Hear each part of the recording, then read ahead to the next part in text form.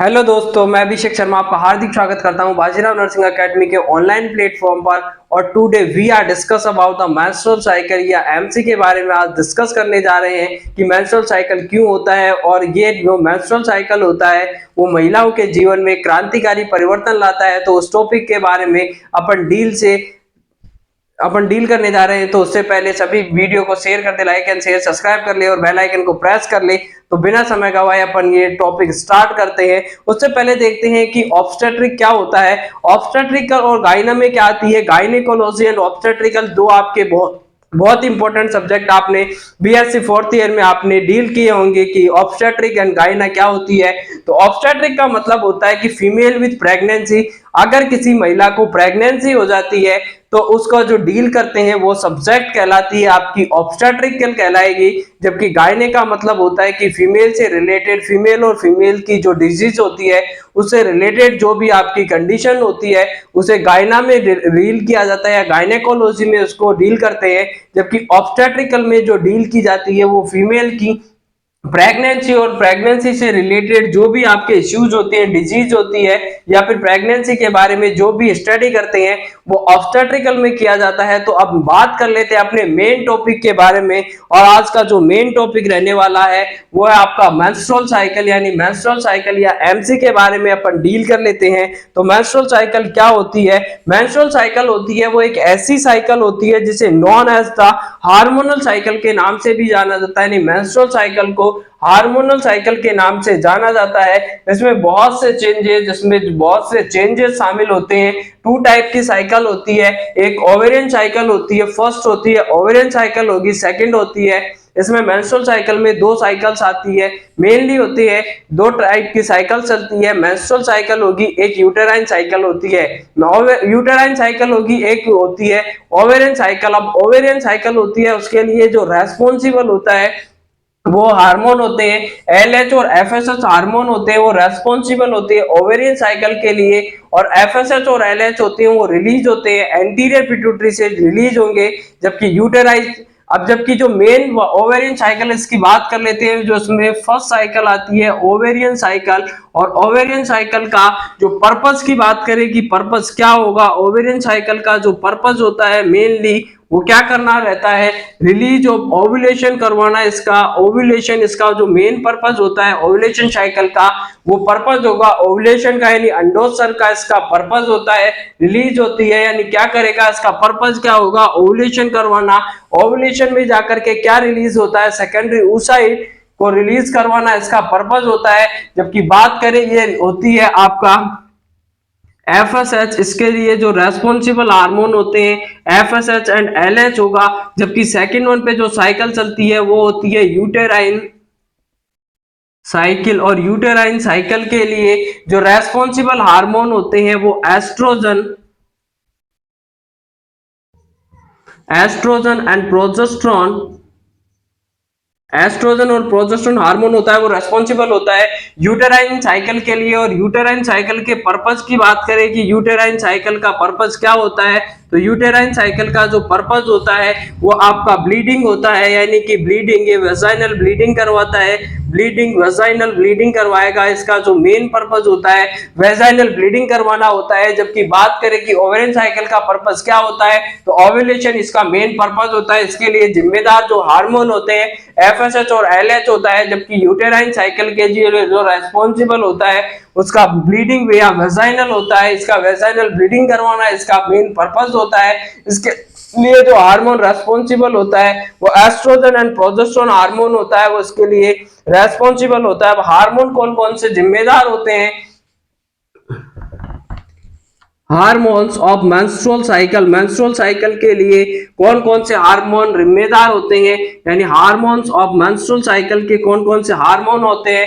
तो इसमें जो फर्स्ट हार्मोन आता है GnRH, gonadotropin releasing hormone. GnRH का फुल फॉर्म होता है गोनेडोट्रोपिन रिलीजिंग हार्मोन, इसका फुल पर्पज होगा, यानी कि जो फुल फॉर्म होती है जीएनआरएच की वो गोनेडोट्रोपिन रिलीजिंग हार्मोन होगा। रेस्पॉन्सिबल होता है, ग्रोथ करवाता है एंड डेवलपमेंट, ये क्या करवाता है जाकर के, growth and development of gonads, gonads होते हैं जो भी आपके गोनेड्स होंगे, यानी कि जो मेल गोनेड्स और फीमेल गोनेड्स होते हैं, उनकी ग्रोथ एंड डेवलपमेंट का काम करता है जीएनआरएच होता है। ग्रोथ एंड जीएनआरएच का मतलब होता है गोनेडोट्रोपिन रिलीजिंग हार्मोन, और ये जाकर के ग्रोथ एंड डेवलपमेंट करवाता है गोनेड्स की। और गोनेड्स में मेल में जो गोनेड्स होते हैं वो आपके टेस्टिस होंगे, जबकि फीमेल गोनैड्स होते हैं, और फीमेल गोनैड्स होती है ओवरी होती है, वो फीमेल गोनैड्स होती है। जबकि मेल में जो गोनैड्स होते हैं उसे टेस्टिस के नाम से जाना जाता है। तो जीएनआरएच गोनेडोट्रोपिन रिलीजिंग हार्मोन जाकर के ग्रोथ करवाता है। किसकी ग्रोथ करवाएगा? गोनैड्स की। और गोनैड्स में आते हैं, मेल में होता है टेस्टिस, एंड फीमेल जो गोनैड्स होते हैं वो होते हैं ओवरी होती है, फीमेल गोनैड्स होती है, तो उनकी जाकर के ग्रोथ एंड डेवलपमेंट करवाता है। सेकंड नंबर पे हार्मोन आता है एफएसएच, फोलिकुलर स्टिमुलेटिंग हार्मोन। और एग्जाम में कई बार, छोटे एग्जाम में, सीएचओ की ऐसी एग्जाम्स में क्वेश्चन पूछ लिया जाता है कि एफएसएच का फुल फॉर्म क्या होती है, तो follicular stimulating follicular stimulating hormone के नाम से एफएसएच को जाना जाता है। ये अब रिलीज कब होता है?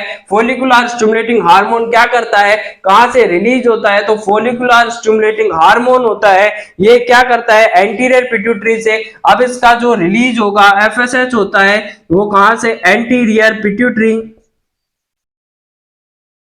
एंटीरियर पिट्यूटरी से ये रिलीज होता है। एंटीरियर पिट्यूटरी से रिलीज होगा, एफएसएच होगा, और एंटीरियर पिट्यूटरी से जाकर के रिलीज होता है और ओवेरियन फॉलिकल्स पर एंड रिलीज होगा एंटीरियर पिट्यूटरी से and work upon the,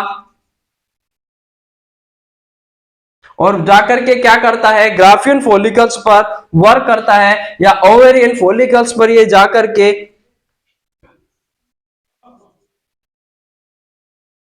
ovarian follicles पर ये जाकर के वर्क करेगा। यानी कि एफएसएच हुआ, वो रिलीज हुआ, फोलिकुलर स्टिमुलेटिंग हार्मोन एफएसएच के नाम जाना जाता है। ये एंटीरियर पिट्यूटरी होती है, anterior pituitary and posterior pituitary. तो एंटीरियर पिट्यूटरी से ये रिलीज होता है, वर्क करता है, ओवेरियन फोलिकल्स पर जाकर के ये वर्क करेगा। ओवेरियन फोलिकल पर जब ये वर्क करता है तो क्या करेगा? वहां से रेस्पॉन्सिबल होता है डेवलप द मेच्योर फोलिकल्स। ये क्या करेगा? वहां पर मेच्योर फोलिकल्स डेवलप करता है, यानी कि ओवेरियन पर जाकर के ओवेरियन फोलिकल्स से उन पर जाकर के वर्क करेगा, और वहां पर क्या करेगा? यहां पर एक ग्राफियन फॉलिकल्स डेवलप कर लेता है। यहां पर ये वर्क करेगा इस पे ओवरियन फॉलिकल पर, और mature Graafian follicle, mature Graafian follicles develop कर लेता है। मेच्योर ग्राफियन फॉलिकल डेवलप करता है, जिसे कि आप नाम दे सकते हैं मेच्योर ग्राफियन फॉलिकल। और मेच्योर ग्राफियन फॉलिकल्स को नाम दिया जाता है, मेच्योर ग्राफियन फॉलिकल्स डेवलप कर लेता है। ओवरियन फॉलिकल्स रेस्पॉन्सिबल होता है मेच्योर ग्राफियन फॉलिकल्स के लिए, जिसे ग्राफियन फॉलिकल के नाम से जाना जाता है। तो ये क्या करेगा? मेच्योर फॉलिकल डेवलप करता है, जिसे ग्राफियन फॉलिकल्स के नाम से जाना जाएगा। यानी कि जो मेच्योर इसने डेवलप किया और मेच्योर को ग्राफियन फॉलिकल्स के नाम से जाना गया। तो ये जाकर के क्या किया? उसके बाद में जो नेक्स्ट आता है आइडियल। अब साइज की बात कर लेते हैं कि जो ग्राफियन फॉलिकल्स की साइज की बात करेंगे तो क्या होगा? मेच्योर फॉलिकल या ग्राफियन मेच्योर फॉलिकल को क्या कहा गया है? Graafian follicle. और ग्राफियन फॉलिकल्स की जो साइज होती है 20 mm की इसकी साइज देखने को मिलेगी। यानी ग्राफियन फॉलिकल की जो साइज होती है 20 mm की देखने को मिलती है। तो ये आपका पूरा है। इसके बाद में एलएच हार्मोन देखते हैं कि एलएच हार्मोन क्या होता है। एलएच हार्मोन अब किससे रिलीज होगा? एफएसएच के बाद में आता है एलएच हार्मोन। एलएच हार्मोन का फुल फॉर्म होती है ल्यूटिनाइजिंग हार्मोन। ल्यूटिनाइजिंग हार्मोन होता है वो बिल्कुल आपके रिलीज होता है एफ, इनकी जो फॉलिकल्स डेवलप हुए थे, फॉलिकल एक ग्राफियन फॉलिकल कहलाएगा। यानी कि जो ग्राफियन फॉलिकल्स था वो मेच्योर, इसमें से एफएसएच हार्मोन जैसे ही वर्क करता है ये जाकर के इसको मेच्योर कर देता है। और जैसे ही एक ग्राफियन फॉलिकल मेच्योर होता है तो उससे क्या रिलीज होने लग जाता है? Estrogen release. यानी ग्राफियन फॉलिकल से रिलीज होता है एस्ट्रोजन, और एस्ट्रोजन का जब लेवल बढ़ता है तो वो जाकर के क्या करवाता है? एंटीरियर पिट्यूटरी के पास जाता है, और एंटीरियर पिट्यूटरी से एलएच हार्मोन का क्या करवाता है? सिक्रेशन करता है। तो देखेंगे पूरी मैकेनिज्म। तो थर्ड नंबर पे जो हार्मोन है वो एलएच हार्मोन है, यानी ल्यूटिनाइजिंग हार्मोन। ल्यूटिनाइजिंग हार्मोन, जिसे एलएच हार्मोन के नाम से जाना जाता है। ये एलएच हार्मोन ये भी रिलीज की बात करें तो ये रिलीज होगा वहीं से जहां से आपका एफएसएच रिलीज हुआ था, तो एंटीरियर पिट्यूटरी से, एंटीरियर पिट्यूटरी से रिलीज होता है। एलएच हार्मोन रिलीज होगा एंटीरियर पिट्यूटरी से, और एंटीरियर पिट्यूटरी से ये जाकर के क्या करता है, एंटीरियर हार्मोन ने जाकर के रिलीज हुआ, एलएच हार्मोन रिलीज हुआ एंटीरियर पिट्यूटरी से, और ये जाकर के एफएसएच की, एलएच हार्मोन एंटीरियर पिट्यूटरी से रिलीज होने के बाद में क्या करेगा, वो जाकर के रेस्पॉन्सिबल जो मेन हार्मोन होता है, मेन हार्मोन फॉर ओवुलेशन, अगर ओवुलेशन के लिए जो जिम्मेदार मेन एक हार्मोन की बात पूछे, एग्जाम में क्वेश्चन पूछा जाए कि वो कौन सा मेन हार्मोन होता है जो कि रेस्पॉन्सिबल होता है ओवुलेशन के लिए, तो एलएच हार्मोन होता है, वो मेन हार्मोन होता है जो कि रेस्पॉन्सिबल होता है ओवुलेशन के लिए। और एलएच हार्मोन जाकर के एक स्ट्रक्चर डेवलप करता है, और उस स्ट्रक्चर को नाम दिया जाता है कॉर्पस ल्यूटियम। अब क्या करेगा, एलएच हार्मोन था वो जाकर के एक कॉर्पस ल्यूटियम नामक एक स्ट्रक्चर डेवलप कर लेता है, एक स्ट्रक्चर डेवलप करता है जिसे कॉर्पस ल्यूटियम के नाम से जाना जाता है। तो कॉर्पस ल्यूटियम होती है वो जाकर के जैसे ही ओवुलेशन होता है, ओवुलेशन के बाद में कॉर्पस ल्यूटियम होगी यानी ग्राफियन फॉलिकल होता है, वो चेंज होकर के एलएच हार्मोन ग्राफियन फॉलिकल को चेंज कर देता है कॉर्पस ल्यूटियम में, और कॉर्पस ल्यूटियम होता है वो आपके ओवुलेशन के बाद में जो मेन सोर्स होता है कॉर्पस लूटियम, वो जाकर के रिलीज क्या करने लग जाएगा, प्रोजेस्टेरोन हार्मोन का रिलीज करता है। कॉर्पस ल्यूटियम से वैसे तो एस्ट्रोजन और प्रोजेस्टेरोन दोनों ही हार्मोन रिलीज होते हैं, लेकिन जो मेन मैक्सिमम अमाउंट में प्रोजेस्टेरोन होता है जबकि मिनिमम अमाउंट में वहां से एस्ट्रोजन का रिलीज होता है। तो ये तीन हार्मोन आपके यहाँ से हो गए हैं। इसके बाद में चलते हैं कि एस्ट्रोजन एंड प्रोजेस्टेरोन की बात कर लेते हैं कि एस्ट्रोजन चौथे नंबर पे आते हैं, estrogen and progesterone. Estrogen and progesterone hormone होते हैं, ये ओवेरी से निकलने वाले हार्मोन होते हैं, यानी कि ये जो निकल रहा था एलएच और एफएसएच एंटीरियर पिट्यूटरी से रिलीज हो रहे थे, जबकि एस्ट्रोजन एंड प्रोजेस्टेरोन की बात करें तो ये रिलीज होता है आपका ओवेरियन हार्मोन होते हैं, ओवेरी से रिलीज होते हैं। जो आपकी फीमेल होती है, फीमेल की क्या होती है, ओवरी पाई जाती है, तो ओवरी पाई जाती है और ओवरी से रिलीज होते हैं एस्ट्रोजन एंड प्रोजेस्टेरोन होते हैं, ओवरी से रिलीज होते हैं। लेकिन बात करते हैं कि ये रेस्पॉन्सिबल ओवरी से निकलते हैं, लेकिन रेस्पॉन्सिबल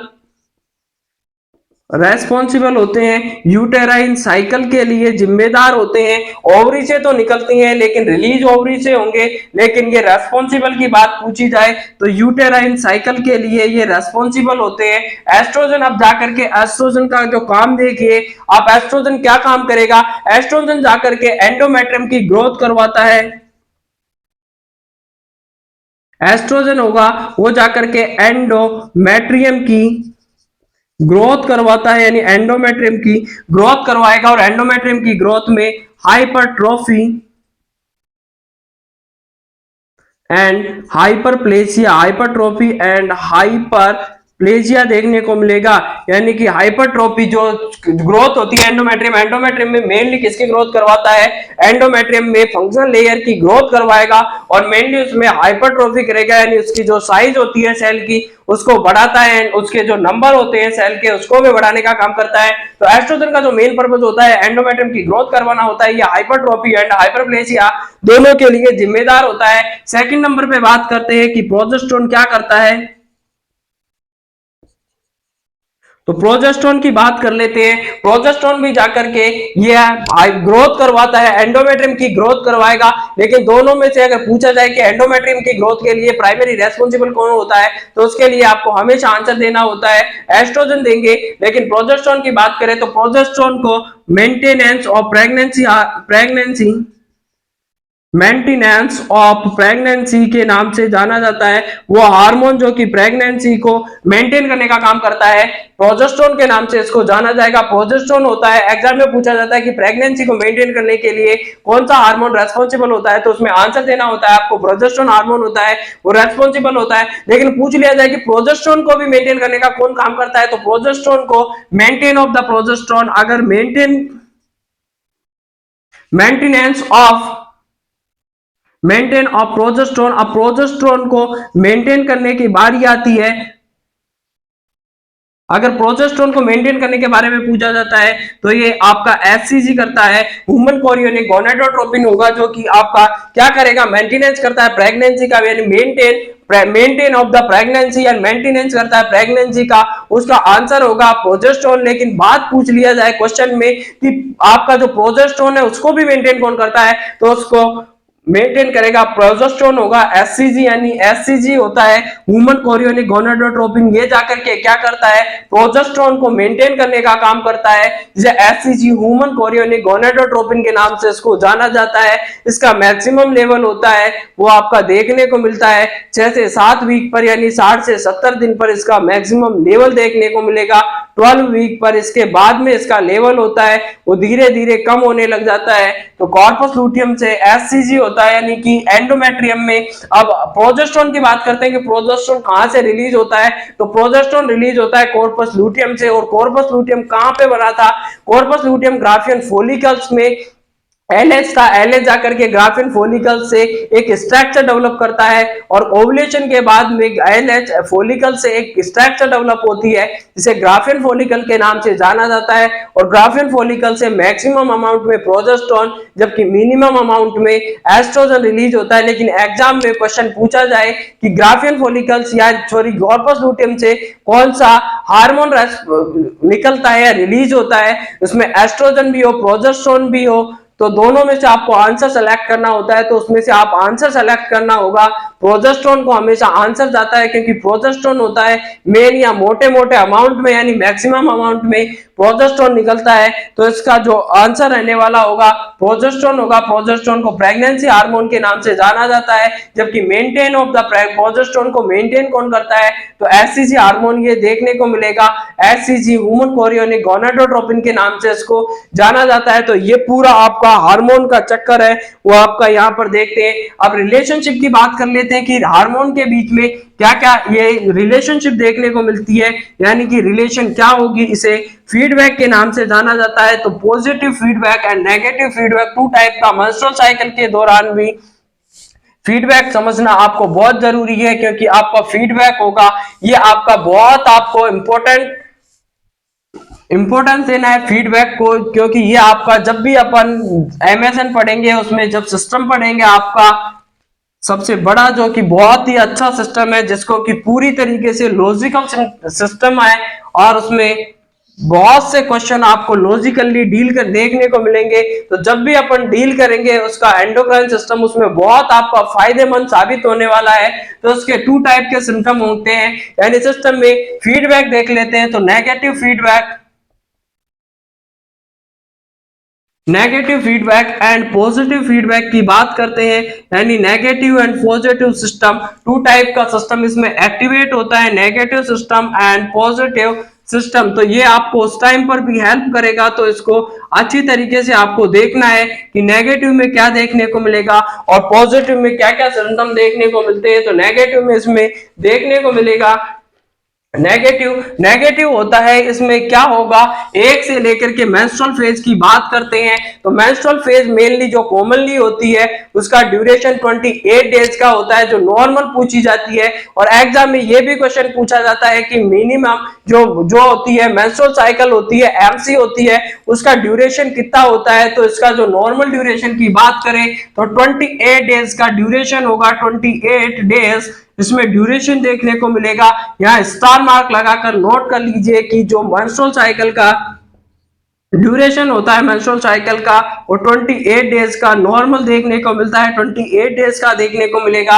अब बात करते हैं नेगेटिव सिस्टम में क्या होगा। नेगेटिव सिस्टम में ये 1 से लेकर के 5 दिन तक एक्टिवेट होता है। इसमें हार्मोन का लेवल होगा वो लो हार्मोनल लेवल होता है, यानी जो हार्मोन्स होते हैं आपके उसका जो लेवल देखने को मिलेगा लो होगा, यानी लो हार्मोनल लेवल इसमें देखने को मिलता है। इसके बाद में बात करते हैं कि इसमें एंडोमेट्रियम की,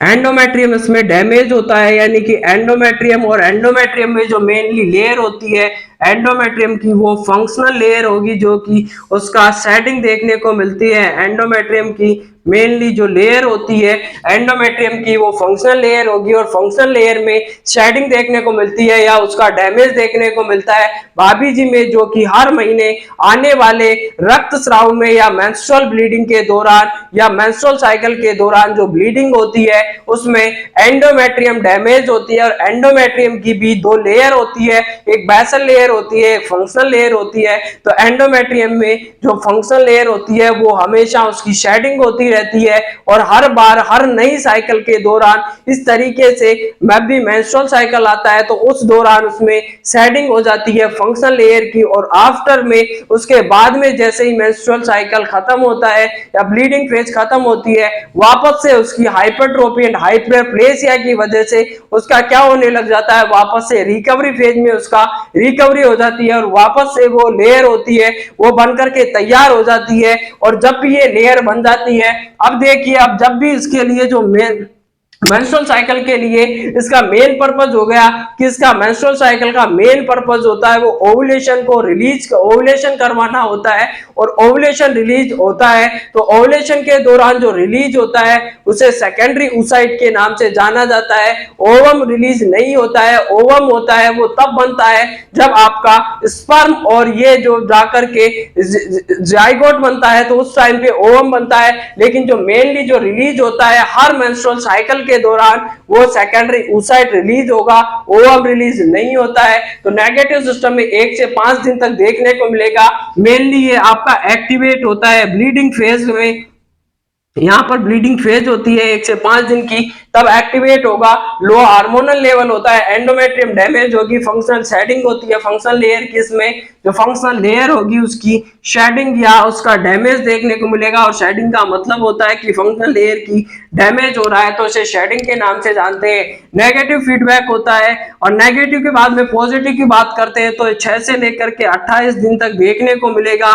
इसमें हार्मोन का लेवल होता है वो हाई देखने को मिलता है, क्योंकि यहाँ पर जब सेटिंग हुई उसके बाद में एफएसएच, एलएच, एस्ट्रोजन, प्रोजेस्टेरोन का लेवल बढ़ने लगेगा तो hormonal level high hormonal level इसमें देखने को मिलता है। इसके बाद में जो एंडोमेट्रियम होती है उसकी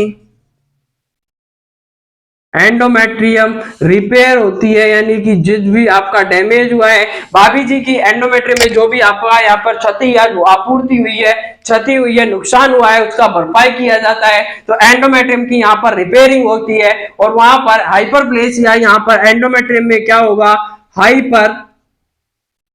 hyperplasia and hypertrophy, hyperplasia hypertrophy देखने को मिलती है। अब मेनली जो हाइपरप्लेसिया एंड हाइपरट्रोफी करवाता है, यानी कि जो एंडोमेट्रियम में हाइपरप्लेसिया एंड हाइपरट्रोफी करवाता है, मेनली जो हार्मोन आता है वो आपका एस्ट्रोजन होता है, लेकिन प्रोजेस्टेरोन होगा। प्रोजेस्टेरोन क्या करता है वहां की ब्लड सप्लाई को बढ़ाता है और न्यूट्रिशन सप्लाई को बढ़ा करके हाइपरट्रोफी एंड हाइपरप्लेसिया यानी उसकी रिकवरी करता है। जबकि दोनों में से पूछा जाए कि हाइपरप्लेसिया एंड हाइपरट्रोफी यानी जो मेनली जो रिपेयरिंग करता है एंडोमेट्रियम की, उसके लिए जो जिम्मेदार कौन सा होता है, तो वहां पर आंसर देना होता है एस्ट्रोजन का। प्रोजेस्टेरोन आंसर नहीं जाएगा तो यहाँ पर हाइपरट्रोफी एंड हाइपरप्लेसिया कराएगा। तो ये आपका नेगेटिव एंड पॉजिटिव सिस्टम है, इसको आपने आसानी से देख लिया है।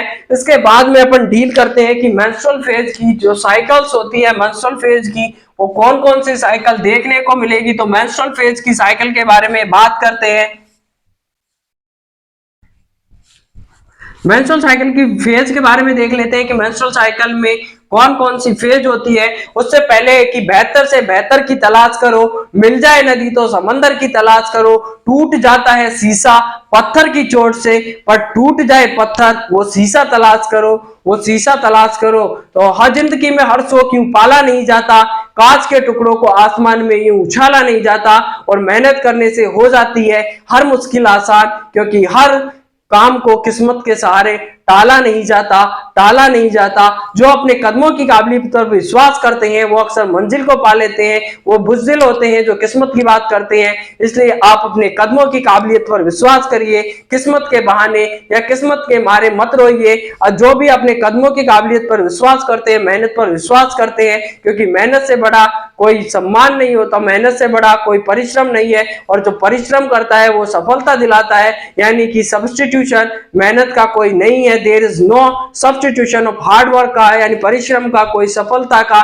कोई भी शॉर्टकट नहीं होता है। सफलता एक दिन में नहीं मिलती है, लेकिन एक दिन जरूर मिलती है। तो उस एक दिन के लिए ही आपको बहुत दिन तक लगातार कंटिन्यू में प्रयास करना होता है, तब जाकर के सफलता मिलती है। लेकिन एक बार आपको सफलता मिलने लग जाती है, एक बार सफलता का आपको शौक पड़ जाता है, तो वो सफलता रुकनी नहीं चाहिए, वो लगातार और दिनों दिन बढ़ती रहनी चाहिए। तो उसके बाद में ये आपके लिए मोटिवेशन है, तो अपना कंटिन्यू में प्रयास करते रहिए, आपको सफलता बहुत जल्दी ही मिल जाएगी।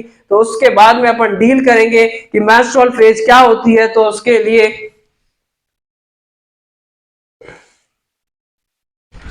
Phase of the menstrual cycle, menstrual cycle की कौन कौन सी फेजेस होती है। तो मेंस्ट्रुअल साइकिल की फेजेस ऑफ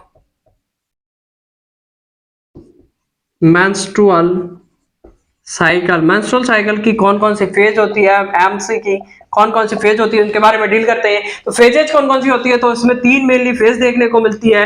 फर्स्ट फेज होती है, ये होती है ब्लीडिंग फेज होती है, इसका ड्यूरेशन होगा 1 से लेकर के 5 दिन का इसका ड्यूरेशन होता है। सेकंड नंबर पे जो फेज आती है वो फोलिकुलर फेज होती है, जिसमें फोलिकल्स का डेवलपमेंट होता है, फोलिकुलर फेज होगी। और इस फोलिकुलर फेज को एस्ट्रोजन फेज या प्रोलिफरेटिव फेज के नाम से भी प्रोलिफरेटिव फेज या फिर एस्ट्रोजन, मेनली जो उसमें हार्मोन होता है एस्ट्रोजन का रिलीज होगा, इसलिए फोलिकुलर फेज, प्रोलिफरेटिव फेज या एस्ट्रोजन फेज के नाम से जाना जाता है। थर्ड जो फेज होती है और थर्ड फेज होगी, इसमें थर्ड फेज देखने को मिलती है ल्यूटियल फेज, ल्यूटियल फेज होगी। थर्ड फेज में ल्यूटियल फेज होती है, इसे प्रोजेस्टेरॉन फेज, प्रोजेस्टेरॉन फेज या फिर इसे सिक्रेटरी फेज के नाम से भी जाना जाता है। इसमें सिक्रेटरी फेज के नाम से भी इसको जाना जाता है। इसकी जो ड्यूरेशन होती है फोलिकुलर फेज की वो 6 से लेकर के 14 दिन की होती है, 6 से लेकर 14 दिन की होती है। जबकि 15 से लेकर के 28 दिन की जो ड्यूरेशन होती है वो फोलिकुलर फेज यानी कि ल्यूटियल फेज या प्रोजेस्टेरॉन फेज या सिक्रेटरी फेज की ड्यूरेशन की बात करें तो 15 से लेकर के 28 दिन की इसकी ड्यूरेशन देखने को मिलेगी। मेनली जो फेज होती है मेंस्ट्रुअल साइकिल की 3 फेज होती है, लेकिन कहीं कहीं पर इसको 4 मान लिया जाता है, वहां पर ओवुलेशन को ओवुलेशन फेज मान करके अलग है, लेकिन मेनली 3 फेज होती है। ब्लीडिंग फेज होगी 1 से 5 दिन की होती है, इसमें वेजाइनल ब्लीडिंग मेनली आपको देखने को मिलती है। फोलिकुलर इसमें वेजाइनल ब्लीडिंग देखने को मिलेगी और उसमें होती है 1 से 5 दिन की होती है, मेनली वेजाइनल ब्लीडिंग होगी इसमें देखने को मिलती है। और आपने देखा था कि वहां पर नेगेटिव सिस्टम जनरेट था, तो नेगेटिव में लो हार्मोनल लेवल इसमें देखने को मिलेगा। फोलिकुलर फेज में प्रोलिफरेटिव फेज के नाम से भी इसको जाना जाता है। एस्ट्रोजन फेज होती है, इसे मेनली इसमें एस्ट्रोजन रिलीज होता है, तो एस्ट्रोजन फेज के नाम से जानते हैं। 6 से लेकर के 14 दिन का इसका ड्यूरेशन होता है। 14 day over day of ovulation की बात करें तो उसमें क्वेश्चन मार्क लगा करके डे ऑफ ओवुलेशन पूछा जाता है, तो उसका आंसर होगा डे ऑफ ओवुलेशन होता है वो 14 डे पर देखने को मिलेगा, यानी 14 दिन पर डे ऑफ ओवुलेशन होता है। कब देखने को मिलता है? 14 डेज पर देखने को मिलेगा। लेकिन इसमें क्वेश्चन पूछा जाता है कि कई बार क्वेश्चन पूछा गया है कि कैलकुलेशन आपको कैसे करना है, तो कैलकुलेशन ऑफ ओवुलेशन, ओवुलेशन का आज अपन आप कैलकुलेशन देख लेते हैं कि कैलकुलेशन कैसे किया जाएगा। ओवुलेशन अगर मान लीजिए एग्जाम में क्वेश्चन पूछा जाता है कि कैलकुलेशन आप कैसे करोगे ओवुलेशन, यानी कि अगर साइकिल आपकी नॉर्मल जो साइकिल की बात की थी अपन ने, नॉर्मल जो साइकिल होती है और नॉर्मल मेंस्ट्रुअल साइकिल होती है वो 28 डेज की देखने को मिलती है। और ये जो फॉर्मूला अपन कैलकुलेशन के लिए यूज करते हैं वो एप्लीकेबल होता है, ये फॉर्मूला एप्लीकेबल है 21 से लेकर के 35 डेज तक की। अगर किसी को साइकिल आती है, किसी भाभी जी को अगर 21 से लेकर के 35 दिन की साइकिल आती है, यानी या तो 21 दिन में रिपीट हो रही है या 35 दिन के बीच में अगर रिपीट होती है साइकिल, तो उसमें ये फॉर्मूला आप अप्लाई कर सकते हैं। तो कैलकुलेशन के लिए क्या करोगे, आप जितने दिन की भी साइकिल है उसमें से साइकिल माइनस 14 डेज, अगर आप साइकिल में से 14 डेज निकाल दोगे तो उसमें से जो ओव्यूलेशन डे होगा वो निकल करके आपका सामने आ जाता है। तो ये जो मेन आपको इधर ब्रैकेट में देखने को मिल रहा है बहुत ही आपके लिए कारगर सिद्ध होगा।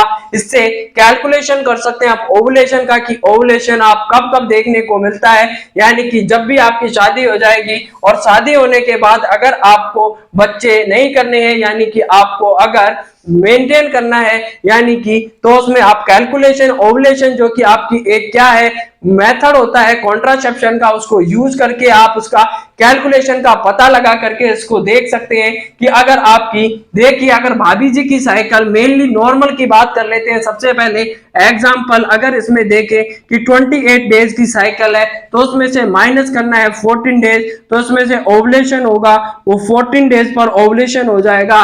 लेकिन बात करें कि किसी भाभी जी को अगर 30 दिन की साइकिल आती है तो उसमें से जब 14 डेज माइनस करोगे तो ओव्यूलेशन अब इस पे 16 डेज पर नहीं होगा, ओव्यूलेशन होगा ओव्यूलेशन 14 डेज पर नहीं होता है, इसमें जो ओव्यूलेशन देखने को मिलेगा वो 16 डेज पर देखने को मिलेगा। तो जब भी अपन आप कैलकुलेशन करते हैं अगर नॉर्मल साइकिल है 14 डेज की तो ओव्यूलेशन होगा उसमें से साइकिल में से 14 माइनस करोगे तो 28 में से जैसे 14 माइनस किए 14 डेज पर ओव्यूलेशन हो रहा था। लेकिन यदि साइकिल आपकी 30 डेज की है या उससे कम ज्यादा की है तो उसमें जब माइनस करोगे और माइनस के बाद में जो भी डेज निकल के आता है वो आपका एक्चुअल डे होता है ओव्यूलेशन का। तो ओव्यूलेशन यानी फर्स्ट में से नहीं घटाते हैं, लास्ट में से जितने दिन की साइकिल है उसमें से 14 माइनस करना है, वो आपका ओव्यूलेटरी डे होगा। तो ये आपके लिए बहुत ही फायदेमंद साबित होने वाला है। तो आप इसको नोट कर सकते हैं कहीं पर कि कैलकुलेशन होगा ओव्यूलेशन का वो कब देखने को मिलता है। अगर कोई स्क्रीनशॉट लेना चाहता है तो यहां से स्क्रीनशॉट ले सकता है कि कब कब इसमें देखने को मिलती है कि ओव्यूलेशन कब होगा। तो अगर कोई स्क्रीनशॉट लेना चाहता है तो यहां से स्क्रीनशॉट ले सकता है। इसके बारे में बाद में डील करते हैं अपन ब्लीडिंग फेज को, अब अपन एक्सपेंडली डील कर लेते हैं इसको कि ब्लीडिंग फेज में क्या क्या देखने को मिलेगा। तो सबसे पहले ब्लीडिंग फेज आपने देख ली है, मेनली 1 से लेकर के 5 दिन तक देखने को मिलती है। इसमें जो हार्मोनल लेवल होता है वो लो हार्मोनल लेवल इसमें देखने को मिलेगा, यानी हार्मोन का लेवल होता है लो देखने को मिलता है इसमें। और जब हार्मोन का लेवल लो होता है तो ब्लीडिंग होता है। और ब्लीडिंग क्यों होती है, एग्जाम में अगर क्वेश्चन पूछा जाता है कि ब्लीडिंग के लिए रेस्पॉन्सिबल क्या होता है, तो ब्लीडिंग के लिए withdrawal of the estrogen and progesterone hormone, जो एस्ट्रोजन एंड प्रोजेस्टेरोन हार्मोन थे वो विथड्रॉल हो जाते हैं। क्योंकि जब साइकिल होती है सेक्रेटरी फेज में उसका लेवल बढ़ा हुआ होता है, लेकिन धीरे धीरे जब अगर नेक्स्ट साइकिल आती है प्रेगनेंसी नहीं होती है तो उसका लेवल होता है विथड्रॉल, एस्ट्रोजन और प्रोजेस्टेरोन होते हैं वो छोड़ करके चले जाते हैं। और जब एस्ट्रोजन और प्रोजेस्टेरोन विथड्रॉन होती है तो उसकी वजह से मेंस्ट्रुअल ब्लीडिंग होती है। तो उसमें मेनली ब्लीडिंग फेज की बात कर ली आपने 1 से लेकर के 5 दिन तक देखने को मिल रही थी। इसमें इसका जो ब्लीडिंग का जो रीजन था वो विथड्रॉल ऑफ द ब्लीडिंग थी due to withdrawal of estrogen and progesterone hormone. Estrogen और प्रोजेस्टेरोन हार्मोन के विथड्रॉल की वजह से यहाँ पर ब्लीडिंग देखने को मिल रही थी, यानी एस्ट्रोजन और प्रोजेस्टेरोन जब छोड़कर चले जाते हैं तो वहां पर खून की नदी बह जाती है। और भाभी जी में अगर खून की नदी बहती है तो उसके लिए जिम्मेदार होता है एस्ट्रोजन एंड प्रोजेस्टेरोन हार्मोन का छोड़कर चले जाना, इसके लिए जिम्मेदार होता है। अब नॉर्मल अमाउंट लॉस, उसमें ब्लीडिंग के दौरान आपका नॉर्मल जो ये मेंस्ट्रुअल साइकिल आती है उसमें नॉर्मल ब्लीडिंग कितनी होती है, तो अमाउंट की बात कर लेते हैं। नॉर्मल जो अमाउंट होता है ब्लीडिंग का वो लॉस कितना होगा, तो मेनली इसमें 35 से लेकर के 50 ml अमाउंट लॉस देखने को मिलेगा। 35 से 50 ml ऑट एंड एवरेज है, लेकिन बात की जाए तो यहाँ पर 30 से लेकर के 80 ml इसमें अमाउंट ब्लड का लॉस देखने को मिल सकता है एक मेंस्ट्रुअल साइकिल के दौरान। मेनली एट एन एवरेज 35 से 50 ml ब्लीडिंग लॉस होती है, ब्लड का लॉस होता है। लेकिन बात करें कि ये मेनली कॉमनली 30 से लेकर के 50 ml 30 से लेकर के 80 ml तक ब्लड लॉस देखने को मिल सकता है। तो इसका अब इसकी जो क्लॉटिंग होती है वो प्रिवेंटेड होती है, क्लॉटिंग। अब जब भी ये मेंस्ट्रुअल ब्लीडिंग होती है उसमें क्लॉटिंग नहीं होती है, और क्लॉटिंग क्यों नहीं होती है? Clotting is prevented by plasmin enzyme. इसमें एक प्लाज्मिन नाम का एंजाइम पाया जाता है, प्लाज्मिन एंजाइम होगा, और प्लाज्मिन एंजाइम के द्वारा या प्लाज्मिन एंजाइम होता है उसकी वजह से इसकी क्लॉटिंग नहीं हो पाती है। यानी प्लाज्मिक एंजाइम के द्वारा जो ब्लड आता है मेंस्ट्रुअल साइकिल में, जो ब्लड आता है उसकी क्लॉटिंग नहीं होती है। और वो उसके लिए कौन जिम्मेदार होता है? तो ये भी आपका स्टार मार्क लगा करके क्वेश्चन नोट कर लीजिए कि प्लाज्मिन एंजाइम के द्वारा ब्लड की क्लॉटिंग नहीं होती है। नॉर्मली 35 से लेकर 50 ml होगा, लेकिन 30 से लेकर 80 ml कॉमनली देखने को मिल सकता है। अलग अलग भाभी में, अलग अलग महिलाओं में देखने को मिलता है, अलग अलग। इसमें अब बात करते हैं कि जो एवरी बार सभी में इसकी जो अपन ने पहले भी डील कर लिया है कि जो भी आपकी भाभी जी में मेंस्ट्रुअल ब्लीडिंग होती है तो उस दौरान आप जो भाभी जी की एंडोमेट्रियम होगी वो शेड होती है, और उसमें भी कौन सी जो फंक्शनल लेयर होगी उसकी शेडो देखने को मिलेगी। यानी फंक्शनल लेयर हमेशा डैमेज होती है। जब भी मेंस्ट्रुअल साइकिल आएगी वो भाभी जी की फंक्शनल लेयर को साथ लेकर के चली जाती है, और उसके बाद में रिकवरी फेज में एस्ट्रोजन आएगा, और एस्ट्रोजन जाकर के उसकी हाइपरट्रोफी एंड हाइपरप्लेसिया करवा देता है। तो हम मेंस्ट्रुअल ब्लीडिंग में क्या क्या देखने को मिलता है? तो मेंस्ट्रुअल साइकिल में जो ब्लीडिंग होती है उसमें क्या क्या देखने को मिलेगा? तो ये कंटेन रहता है, मेंस्ट्रुअल साइकिल ब्लीडिंग होती है वो कंटेन रहती है। एक तो इसमें ब्लड देखने को मिलता है, दूसरा इसमें आपको म्यूकस देखने को मिल सकता है, प्रोस्टाग्लैंडिन होगा इसमें, पीजी प्रोस्टाग्लैंडिन देखने को मिल सकता है, म्यूकस देखने को मिलेगा, प्रोस्टाग्लैंडिन देखने को मिलेगा, ब्लड देखने को मिलेगा।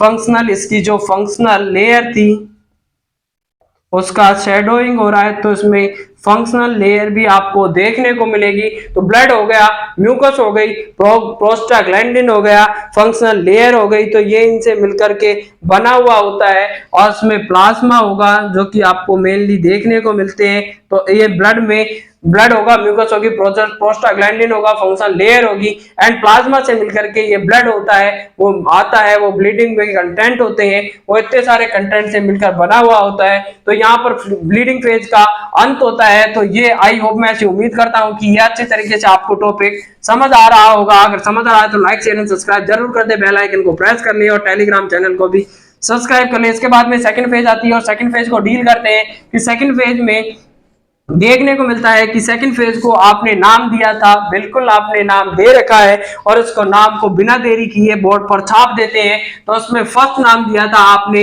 इसको फोलिकुलर फेज कहते हैं। बिल्कुल भाई साहब, इसको फोलिकुलर फेज बोल दिया। फोलिकुलर के बाद में इसको कहते हैं कि एस्ट्रोजन फेज के नाम से भी जाना जाता है, तो ये एस्ट्रोजन फेज बोल दी। तीसरे नंबर पे इसे कहते हैं प्रोलिफरेटिव, और प्रोलिफरेटिव का मतलब होता है प्रोलिफरेशन होना यानी वृद्धि होना, क्योंकि यहाँ पर क्या होता है ग्राफियन फॉलिकल्स का डेवलपमेंट होता है। फॉलिकुलर फेज होगा। अब इसमें मेनली क्या देखने को मिलता है? एफएसएच आता है, और एफएसएच आकर के क्या करेगा? दिस फेज इसमें हाई हार्मोनल लेवल, इसमें जो लेवल होगा हार्मोन का, हाई हार्मोनल लेवल देखने को मिलता है। यानी हार्मोन का जो लेवल होगा वो बढ़ना स्टार्ट हो जाता है। मेनली इसमें हार्मोन होते हैं वो बढ़ने लग जाते हैं, एफएसएच एलएच आ जाता है। ब्लीडिंग फेज इसकी जो ड्यूरेशन होती है वो 6 से लेकर के 14 डेज, यानी 6 to 14 डेज की इसकी ड्यूरेशन है। 6 से लेकर के 14 दिन की इसकी ड्यूरेशन देखने को मिलती है। उसके बाद में एफएसएच हार्मोन रेस्पॉन्सिबल होता है ओवरियन फॉलिकल। अब इसमें क्या होगा? एफएसएच हार्मोन, और एफएसएच हार्मोन कहां से रिलीज हो रहा रहा था, ये पोस्टीरियर पिट्यूटरी से रिलीज हो रहा था। पीपी मतलब पोस्टीरियर पोस्टीरियर पिट्यूटरी नहीं, एफएसएच होता है वो रिलीज होता है, एंटीरियर एपी से रिलीज होता है, एंटीरियर पिट्यूटरी से ये रिलीज होगा, एंटीरियर पिट्यूटरी से रिलीज होगा और जाकर के क्या करता है, ये ग्राफियन फॉलिकल डेवलप करता है और ग्राफियन फॉलिकल्स को जाकर के क्या करवाएगा, उसकी डेवलप करेगा ओवेरियन फॉलिकल। एफएसएच होगा, एफएसएच क्या करता है, ओवेरियन फॉलिकल्स को डेवलप करता है और ओवेरियन फॉलिकल्स क्या करते हैं, ये इसमें से एक फॉलिकल होगा वो जाकर के ग्रोथ करने लग जाता है और डेवलप कर लेता है ओवेरियन फॉलिकल से ग्राफियन फॉलिकल। ओवेरियन फॉलिकल इसमें से एक फॉलिकल होता है वो ओवर ग्रोथ करके और वहां पर ग्राफियन फॉलिकल डेवलप कर लेता है। जब ग्राफियन फॉलिकल डेवलप होगा तो ग्राफियन फॉलिकल से क्या रिलीज होता है, ग्राफियन फॉलिकल से रिलीज होगा एस्ट्रोजन होगा, वो ग्राफियन फॉलिकल से रिलीज होगा। यानी जैसे जैसे ग्राफियन फॉलिकल होगा, ग्राफिकन की यानी कि जो ग्राफिकन फॉलिकल है उसका मेच ओवेरियन फॉलिकल्स थे वो बड़े होते जाते हैं। ये यहाँ पर समझाने के लिए, ये पहले ओवेरियन फॉलिकल था वो धीरे धीरे बड़ा होता गया और बड़ा होते होते होते इसने ये क्या बना लिया है, यहाँ पर आपका ग्राफियन फॉलिकल बना लिया। ओवेरियन फॉलिकल मेच्योर होकर के ग्राफियन फॉलिकल बना लेता है और ग्राफियन फॉलिकल से क्या रिलीज होते हैं, एस्ट्रोजन का रिलीज होता है। एस्ट्रोजन, अब जब एस्ट्रोजन का रिलीज होगा तो एस्ट्रोजन जाकर के क्या करवाता है, ये एंटीरियर पिट्यूटरी के पास जाएगा और एंटीरियर पिट्यूटरी के पास जाकर के क्या करता है, एंटीरियर पिट्यूटरी को स्टिमुलेट करके वहां से एलएच निकलवाएगा। यानी जब भी एस्ट्रोजन ग्राफियन फॉलिकल से एस्ट्रोजन निकलेगा, एस्ट्रोजन जाकर के क्या करता है, एंटीरियर पिट्यूटरी को पास जाता है और कहता है कि बहन जी मेरे को आपकी आवश्यकता है, मेरे को एलएच चाहिए, तो आप एलएच को वहां से रिलीज करवाइए। तो एस्ट्रोजन ने एंटीरियर पिट्यूटरी से बोला कि मेरे को जरूरत है एलएच की, लुटिनाइजिंग हार्मोन की, तो आप एलएच को रिलीज करवाइए। तो 12 डे पर जब एस्ट्रोजन का लेवल ज्यादा बढ़ जाता है तो उस दौरान क्या करता है, ये जाकर के एंटीरियर पिट्यूटरी को स्टिमुलेट करता है एलएच हार्मोन के रिलीज के लिए। अब जैसे ही एलएच हार्मोन आएगा, एलएच हार्मोन जाकर के ग्राफियन फॉलिकल को रप्चर कर देता है। जो ग्राफियन फॉलिकल्स था उसी को जाकर के रप्चर कर दिया और जब ग्राफियन फॉलिकल रप्चर होता है तो यहां से सेकेंडरी,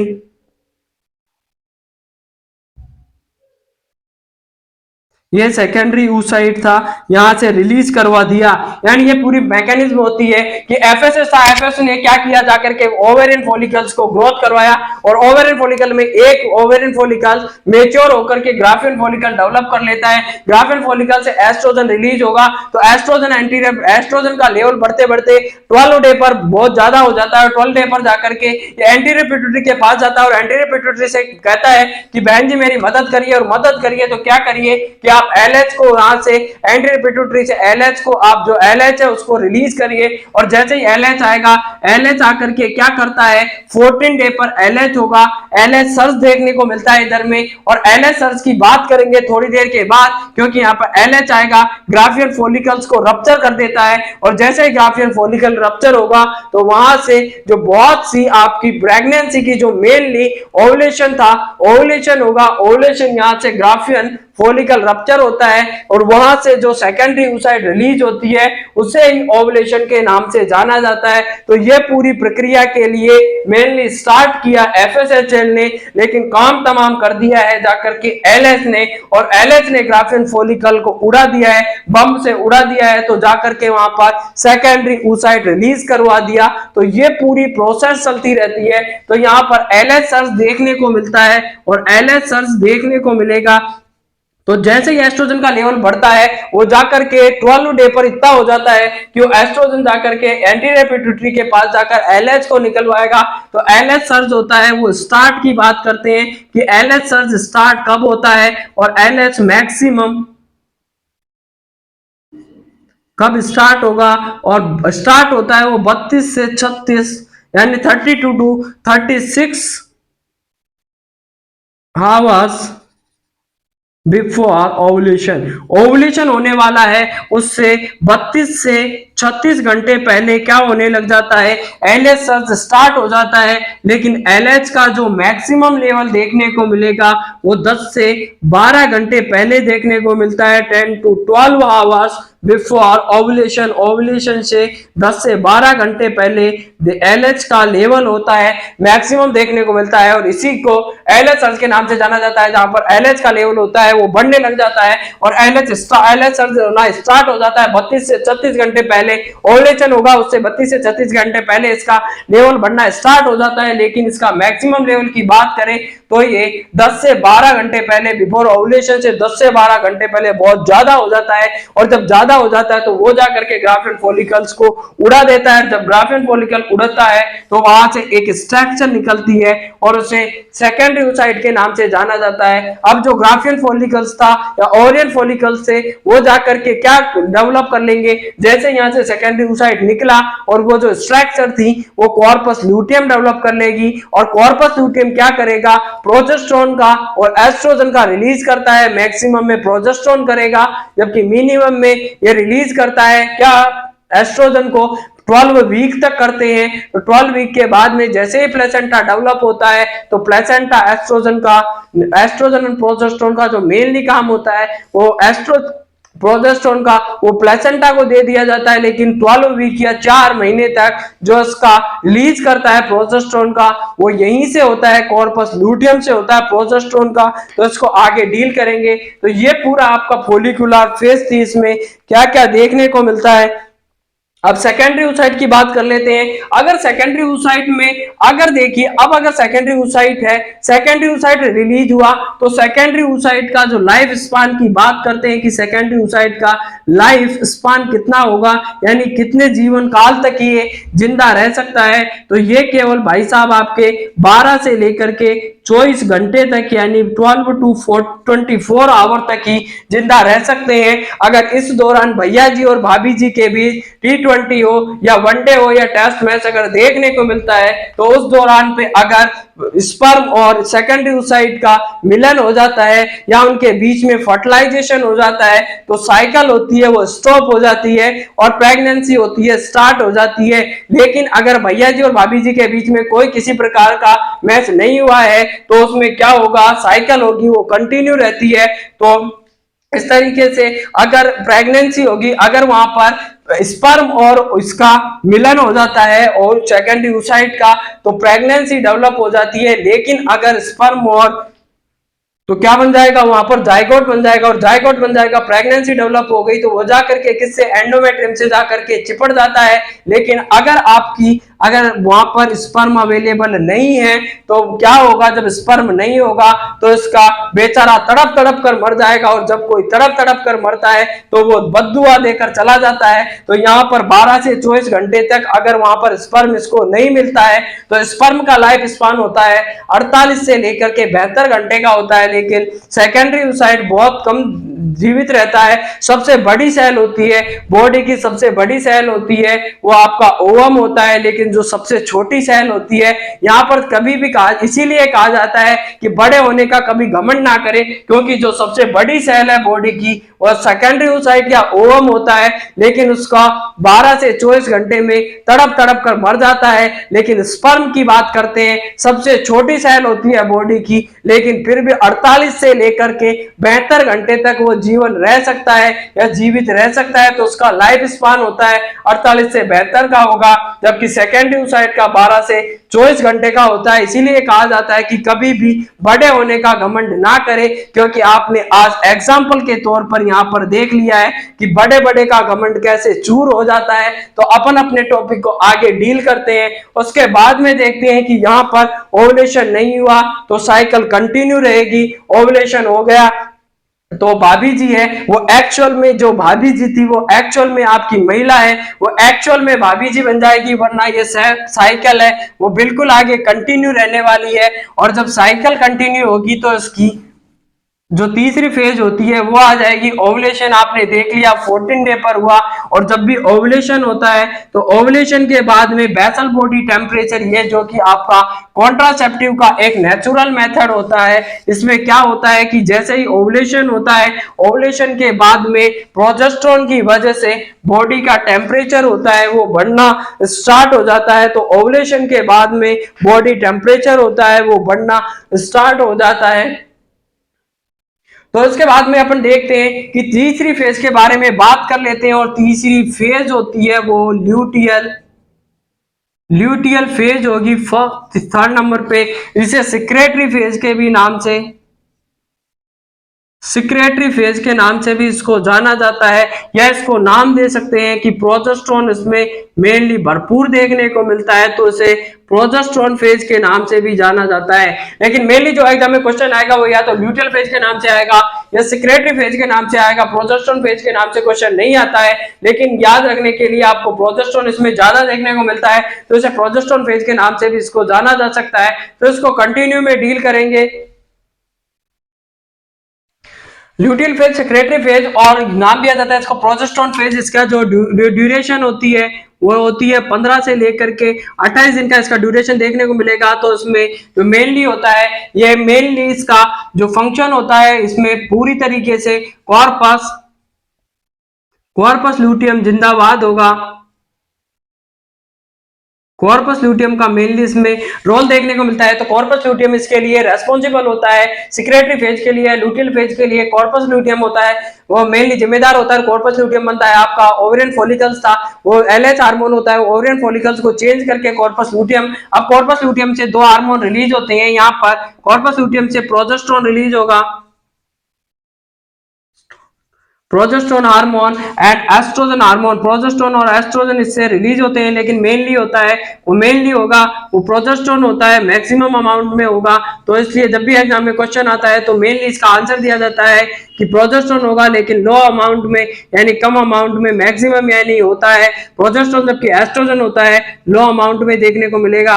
दोनों होते हैं, लेकिन मेनली बात करें तो प्रोजेस्टेरोन होगा। तो इसका जो स्टार मार्क लगा करके याद कर लीजिए कि कॉर्पस ल्यूटियम होता है। और कॉर्पस ल्यूटियम होता है वो कब तक रहता है, तो जब तक प्लेसेंटा नहीं बनेगा तब तक ये आपका कॉर्पस ल्यूटियम फंक्शन करता है। जैसे ही कॉर्पस ल्यूटियम प्लेसेंटा आता है, कॉर्पस ल्यूटियम अपना फंक्शन होता है वो प्लेसेंटा को ट्रांसफर कर देता है। तो फिर बाद में 14 या 12 वीक के बाद में, या 4-12 यानी 4 महीने के 3 से 12 3 महीने बाद या 12 वीक के बाद में क्या करेगा, प्रोजेस्टेरोन हार्मोन किससे सिक्रेशन होने लग जाता है, वो प्लेसेंटा से सिक्रेशन होने लग जाएगा। तो जब तक प्लेसेंटा नहीं है तब तक इसका काम करता है वो कॉर्पस ल्यूटियम करता है। इसके बाद में देख लेते हैं कि कॉर्पस ल्यूटियम में इसने अब कॉर्पस ल्यूटियम से एस्ट्रोजन प्रोजेस्टेरोन जाकर के क्या कराते हैं, जो एंडोमेट्रियम थी उसकी हाइपरट्रोफी हाइपरप्लेसिया कराएंगे, यानी कि जो रिकवरी फेज में जाकर के रिकवरी कर देते हैं। जैसे ही आपकी भाभी जी में एंडोमेट्रियम डैमेज हुई, एंडोमेट्रियम डैमेज होकर के ब्लीडिंग फेज के दौरान बाहर आती है, तो ये जाकर के वापस से उसको क्या कर देते हैं, उसकी ग्रोथ करवा देते हैं। और जैसे उसकी ग्रोथ होती है तो वापस से एक बार नई भाभी जी होती है, वो वापस से बन करके उसकी जो फंक्शनल लेयर होती है वापस से तैयार हो जाती है। और अगली बार जब भी ब्लीडिंग फेज होगी उस दौरान वापस से भाभी जी में वापस से ब्लीडिंग स्टार्ट होगी, और उस दौरान फंक्शनल लेयर होती है वापस से शेड होने लग जाती है। तो इस तरीके से प्रोसेस होती है वो चलती रहती है। तो इसके लिए मेनली ये प्रोसेस होती है वो जिम्मेदार होती है।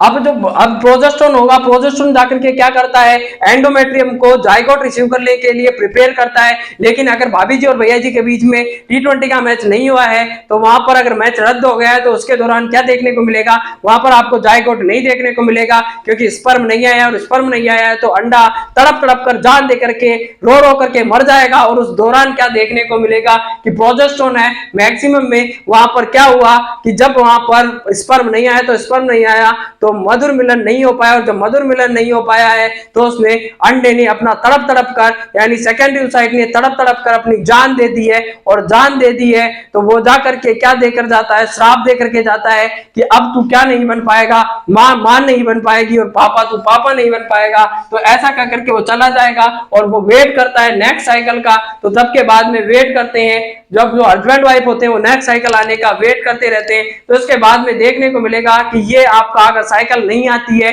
तो उसके बाद में जाइगोट नहीं बनेगा।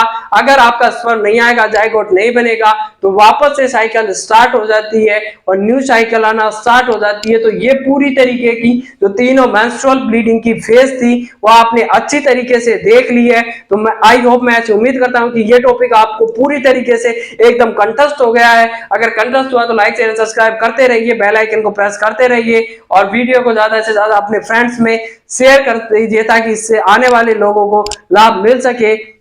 इसके बाद में एक्स्ट्रा पॉइंट में डील कर लेते हैं कि एक्स्ट्रा पॉइंट में क्या क्या देखने को मिलता है। तो एक्स्ट्रा पॉइंट में जो मेनली देखने को मिलता है किसमें, जो प्री मेंस्ट्रुअल फेज होती है, मेंस्ट्रुअल से पहले की फेज होती है, उसमें लो हार्मोनल लेवल देखने को मिलेगा। पोस्ट मेंस्ट्रुअल फेज होती है, हाई हार्मोनल लेवल देखने को मिलता है। जबकि जो प्री मेंस्ट्रुअल फेज होती है या प्री मेंस्ट्रुअल फेज होती है वो क्या होती है बताइए।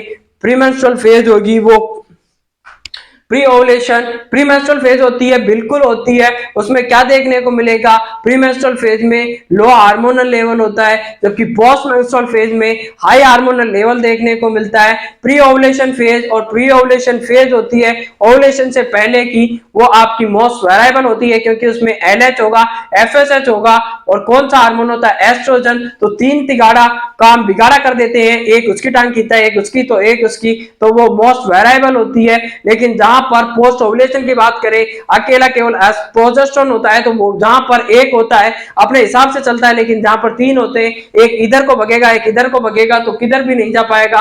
तो वो एक जो तस्वीर देखी थी अपन ने कि तीन घोड़े हैं, वो किसी रथ को एक इस साइड एक इस साइड एक इस साइड खींचने की कोशिश करता है, रथ कहीं भी नहीं जाता है। लेकिन अगर तीनों मिलकर के सेम डायरेक्शन में उसको खींचने की तरफ जोर देते हैं या एक साइड में उसको प्रेशर लगाते हैं, एक साइड खींचते हैं, तो रथ अपने आप आगे बढ़ जाता है। तो इसी तरीके से आपको एक जगह पर प्रयास करना है, बार बार में अपने लक्ष्य को चेंज करके कभी इधर नहीं भागना है, क्योंकि अगर जो लोग इधर उधर भागते रहते हैं वो भागते रह जाते हैं। इसलिए आपको लक्ष्य को एक बार आपको लक्ष्य को टारगेट को फिक्स करना है, उसके बाद ही अपने आप को सेटल करना है ताकि जल्दी से आपको सफलता मिल सके। तो उसके लिए आपको टारगेट को सबसे पहले सेट करना होगा। तो ये देख लीजिए कि इसका जो अपन ने नॉर्मल फेज थी वो देख ली है, मेंस्ट्रुअल ब्लीडिंग देख ली है। अब लेकिन एक बात, एक क्वेश्चन और पूछा जाता है, तो स्टार मार्क लगा करके इसको क्वेश्चन नोट कर लीजिए कि माइटल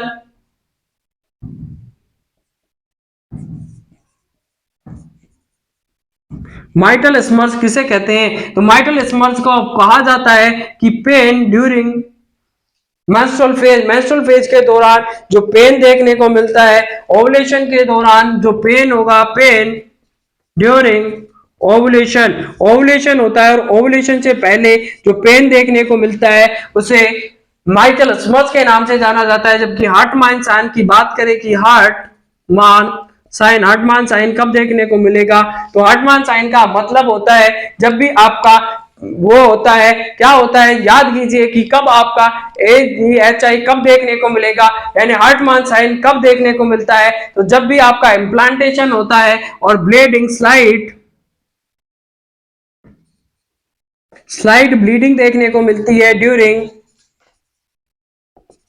इम्प्लांटेशन। जब भी बच्चा होता है वो जाकर के यूट्रस से उसकी दीवार से चिपकता है, तो उस दौरान स्लाइड ब्लीडिंग देखने को मिलती है और उसी ब्लीडिंग को हार्टमान साइन के नाम से जाना जाता है। माइटल स्मर्स का मतलब होता है पेन ड्यूरिंग ओवुलेशन के दौरान जो होने वाला दर्द होता है भाभी जी में, उसे माइटल स्मर्स कहेंगे। जबकि हार्टमान साइन का मतलब होगा कि स्लाइड ब्लीडिंग ड्यूरिंग ओवुलेशन के दौरान जो स्लाइड ब्लीडिंग देखने को मिलती है वो कहलाती है, इम्प्लांटेशन के दौरान स्लाइड ब्लीडिंग होगी, हार्टमान साइन के नाम से जानी जाती है। अब इसमें दो टाइप के टेस्ट करते हैं कि पता लगाने के लिए कि आपका ओवुलेशन हुआ या नहीं हुआ। उसके लिए टू टाइप के टेस्ट किया जाता है। पहला जो टेस्ट होता है वो फन टेस्ट होता है, और फन टेस्ट क्या करता है, ये जाकर के ओवुलेशन का पता लगाने के लिए या ओवुलेशन का डायग्नोज करने के लिए किया जाता है। और फन टेस्ट में क्या करते हैं, सर्वाइकल म्यूकस होती है उसका क्या करेंगे, असेसमेंट करेंगे सर्वाइकल म्यूकस का। फन टेस्ट किसके लिए करते हैं, डायग्नोसिस, तो डायग्नोस ऑफ ओवुलेशन हुआ है या नहीं हुआ है उसका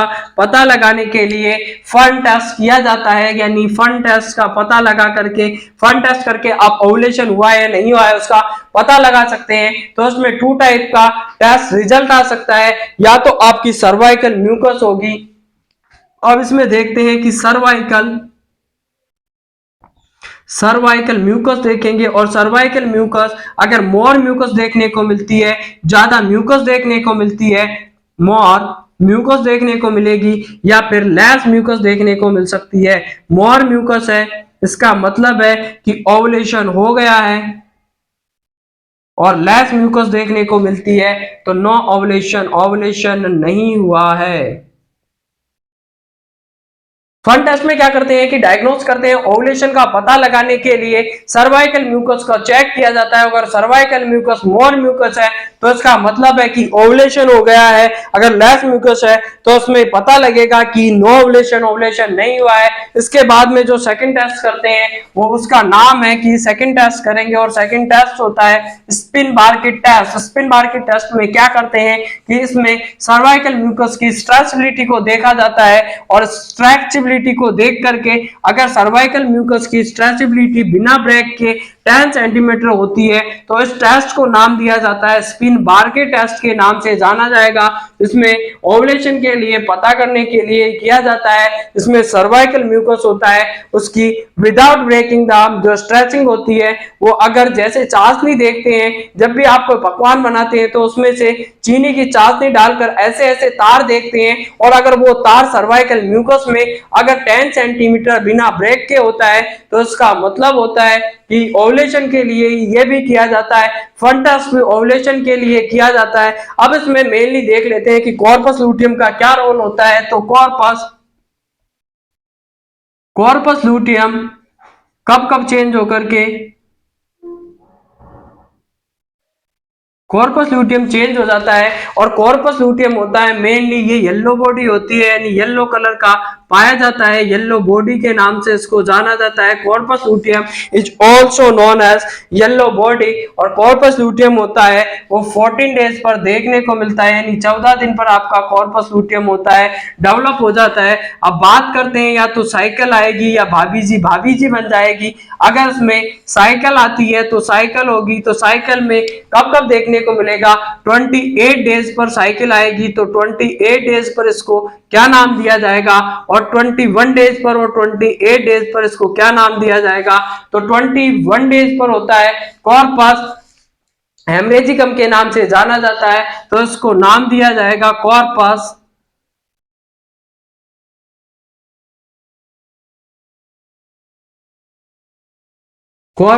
हेमरेजिकम के कॉर्पस हेमरेजिकम के नाम से इसको जाना जाता है। लेकिन इससे नाम 28 डेज पर, या बात करें कि जो वीक होता है फर्स्ट वीक या 21 डेज पर इसको नाम दिया जाएगा, यानी जब आपका 14 डेज पर ये रिलीज हुआ कॉर्पस लूटियम, येलो बॉडी था, 14 डेज पर आया, लेकिन कॉर्पस हेमरेजिकम होगा इसे नाम दिया गया 21 डेज या 1 वीक पर, जबकि 2 वीक या 28 डेज पर इसको नाम दिया जाता है कॉर्पस एबिकेंस के नाम से इसको जाना जाता है,